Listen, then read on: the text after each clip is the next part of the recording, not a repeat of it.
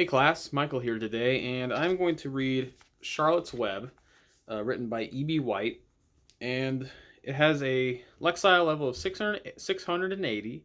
It is recommended for grades 3 through 6 and ages 7 through 11.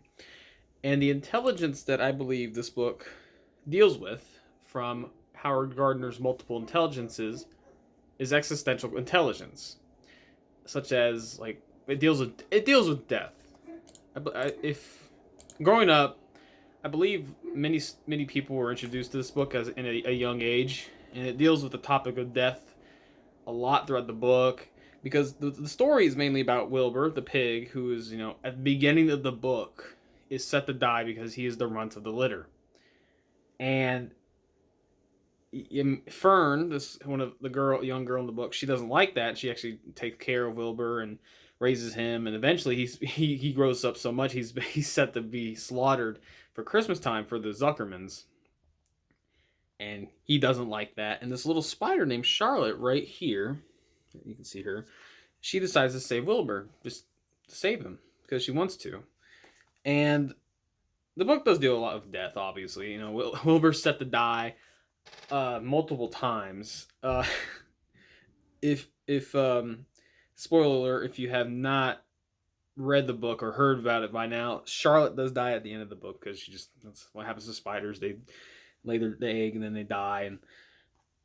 And there's not really a lot of death throughout the book. It mostly deals with the existential dread that is death.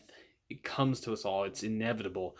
But the book, it also talks about the meaning of life as well. It goes into an explanation, like sometimes it goes to an explanation with different characters say, well, we all die, but we have this time on Earth. Why not spend it by doing good things? And Charlotte's good deed is saving the life of Wilbur so that he can live a long and happy life. And I will now read a chapter from the book, Chapter VII, and this is when Wilbur is now living in his barn. He's used to his daily routine, and he met Charlotte in the previous chapter, and he just lives his daily life. And this is the chapter. Chapter 7, Bad News. Wilbur liked Charlotte better and better each day. Her campaign against insects seemed sensible and useful. Hardly anybody around the farm had a good word to say for a fly. Flies spent their time pestering others. The cows hated them. The horses detested them. The sheep loathed them. Mr. and Mrs. Zuckerman were always complaining about them and putting up screens. Excuse me. Wilbur admired the way Charlotte managed. He was particularly glad that she always put her victim to sleep before eating it. "It's real thoughtful of you to do that, Charlotte," he said. "Yes," she replied in her sweet musical voice. "I always give them an anesthetic so they won't feel pain. It's a little service I throw in." As the days went by, Wilbur grew and grew. He ate 3 big meals a day. He spent long hours lying on his side, half asleep, dreaming pleasant dreams. He enjoyed good health and he gained a lot of weight.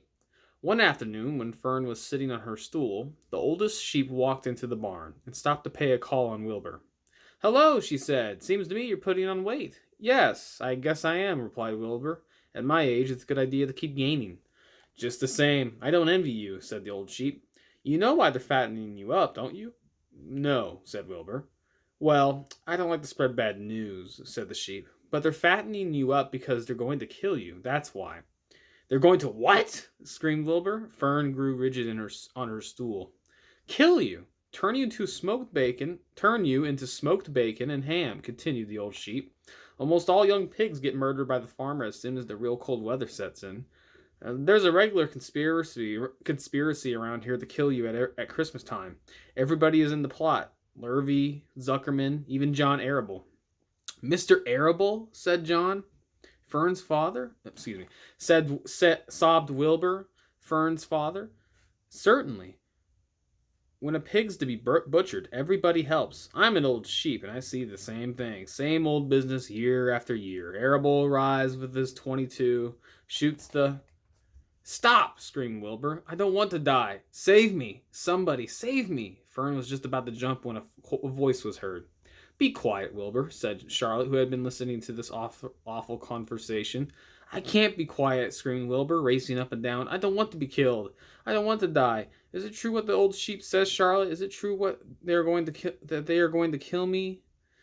when the cold weather comes? Well, said the spider, plucking thoughtfully at her web, the old sheep has been around this barn a long time. She has seen many a spring pig come and go. If she says they plan to kill you, I'm sure it's true. It's also the dirtiest trick I've ever heard of. What people don't think of. Wilbur burst into tears. I don't want to die, he moaned. I want to stay alive, right here in my comfortable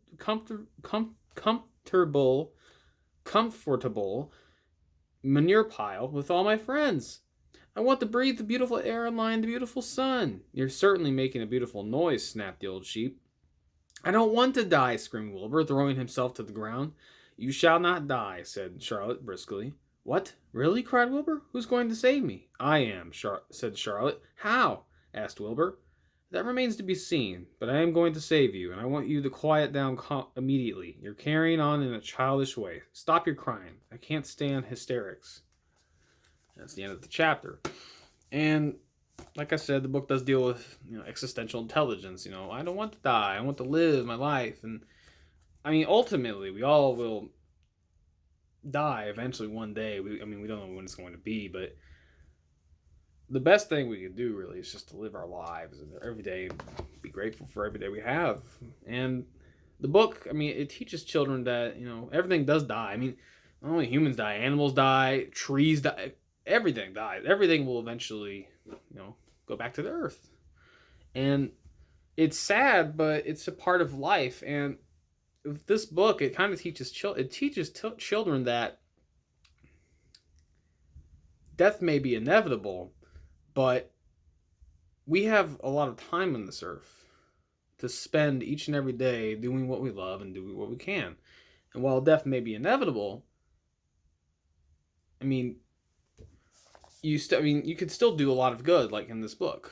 And I think it does a great job teaching about existential intelligence. And that's about it. I hope you enjoyed the video.